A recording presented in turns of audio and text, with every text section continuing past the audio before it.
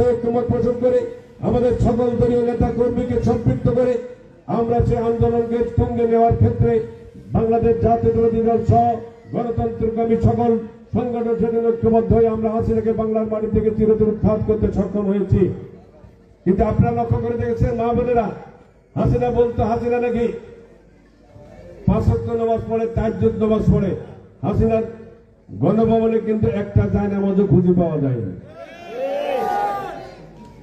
সেখানে 2টা ফ্রিতে বিদেশি মদ পাওয়া গেছে। হাসিনার সেখানে লক্ষ লক্ষ হাজার হাজার কোটি টাকা, এক একটা শাড়ির দাম 2 লাখ 2.5 লাখ টাকা। মানুষ এত শাড়ি গুড়ি দেখে অনেকে আবার স্মৃতি হিসেবে নেওয়ার জন্য অনেকে ধরে নিয়ে গেছে। হাঁস মুরগি রাজকীয় ব্যাপার। বাংলাদেশের জনগণ ট্যাক্সের টাকায় তারা চলাফেরা করছে, মনে হয় যেন এটা হলো বাংলাদেশের সম্রাট রাজা, তাদেরকে রাজা বানানো হয়েছে। ভোটে তারা বিশ্বাস করে নেই। 17 বছর ক্ষমতা ছিল, কোনো ভোট প্রয়োজন হয়নি। পাবলিকলি বলা হয়তো এখানে ভোট পাওয়ার প্রয়োজন নাই। আমার এক ইউনিয়নে মাইকিং প্রচার করে যে আগামীকাল ভোট কেন্দ্রে আসবেন না। আমরা ভোটারদের কাছে যাই, ভোটের কিভাবে ভোটারদেরকে আনার জন্য, তাদের ভোট প্রয়োজন নাই। যার কারণে জনগণের নিকটও তাদের কোনো দায়বদ্ধতা ছিল না। জনগণের লুটপাট করছে, মিথ্যা মামলার মধ্যে বিরোধী দল নেতা কর্মীদেরকে হত্যা করেছে, গুম করেছে।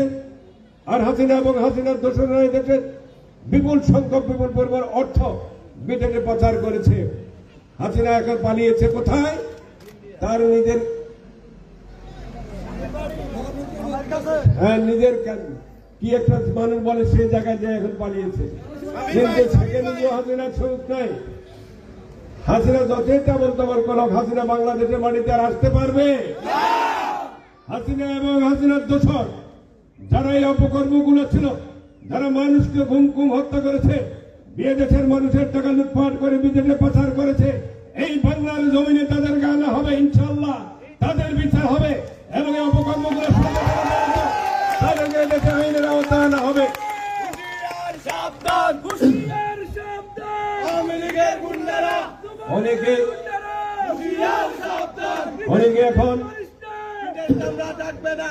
অনেকে এখন স্বপ্ন দেখেন হাসিনা আবার ফিরে আসবে।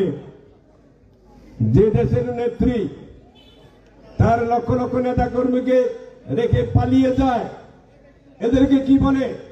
বিশ্বাসঘাতক, মুনাফিক। আওয়ামী লীগ কি হাসিনা নিজে কবর রচিত করেছেন? আমাদের করতে হবে না। হাসিনা নিজে আওয়ামী লীগ ত্যাগ করেছে, কারণ হাসিনা এবং হাসিনার পরিবার এই দেশকে লুটপাট করে অর্থ সম্পদ করে তুলতে বিদেশে। হাসিনার বোনের